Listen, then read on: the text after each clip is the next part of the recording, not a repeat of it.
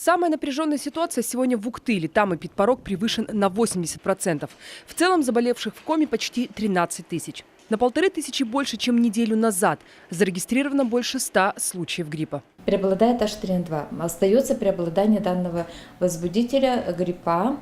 И в частности, за ту неделю было выделено от заболевших более 70 случаев H3N2. H1N1 он также выделяется, но не интенсивно, 13 находок. Но и опять же, что неблагоприятно, это что начал циркулировать грипп Б.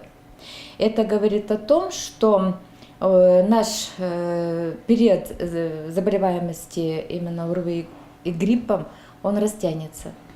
То есть ожидаем, что мы не уложимся в 6 недель, а скорее всего это более длительный период будет. Причем в столице Коми ситуация изменилась коренным образом. Если раньше болели в основном дети, то сегодня взрослые. Причин несколько. Работодатели неактивно прививали своих подчиненных, да и сами сотрудники сознательностью не отличаются.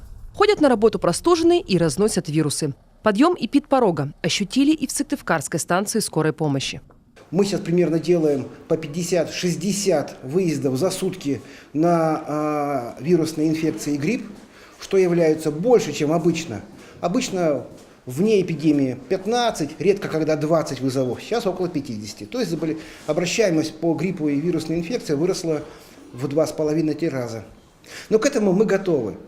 Заранее были созданы дополнительные бригады дневные, дополнительные бригады выходные, чтобы успевать, чтобы справиться с такой обращаемостью.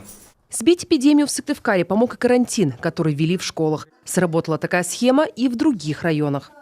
Грипп вносит существенные корректировки в планы тех жителей региона, кто решил отдохнуть от нашей чихающей зимы. По информации сыктывкарских турагентств, люди сдают путевки и при этом теряют немалые деньги. Наш турагент свою комиссию вам вернет в том случае, если вы покажете справку. А вот выбить свои кровные из туроператора получится только через суд. Впрочем, скрыться от гриппа в России точно не получится. Эпидпорог превышен уже в 43 субъектах. В Европе неспокойней. Сразу в 26 странах свирепствует свиной грипп. Тот самый, который унес несколько жизней жителей Коми в 2009 году. Виктория Палкина, Алексей Паршуков, телеканал Юрган.